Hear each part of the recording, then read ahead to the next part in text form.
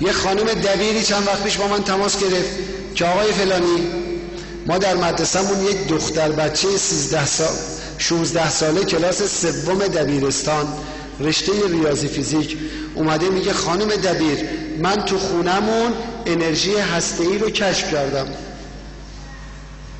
اینو یه کاریش بکن. من گفتم آقا تو مدرسه جلسه بذارید یه مقدار سوال کنید ببینید چقدر جدی است. جلسه گذاشتن، پرسیدن، دیدن مثل این که جدی است، خبر دادن. من زنگ زدم به رئیس سازمان انرژی هسته‌ای، گفتم آقای عزیز یه دختر خانم دبیرستانی یه همچین حرفی میزنه، شما بررسی کنید، اگر صحت داره حمایتش کنید. دعوت کردن دانشمندان هسته‌ای ما که متوسط سنشون کمتر از 25 سال است، نشستن جلسه گذاشتند. این دختر خانم رو دعوت کردن، پرسجو دیدن درست میگه.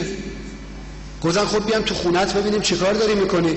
اومدن در منزل دیدن این دختر بچه سوم دبیرستان با کمک برادر بزرگترش رفته یه سری قطعاتی رو از بازار گرفته به هم نصب کرده، واقعا انرژی هسته‌ای تولید کرده. که خب الان برداشتن بردن اونجا و بالاخره یه دانشمند هسته‌ای شده دیگه، براش اسکورت گذاشتن، برو بیا ماشین و راننده و یه خودباوری است. خودباوری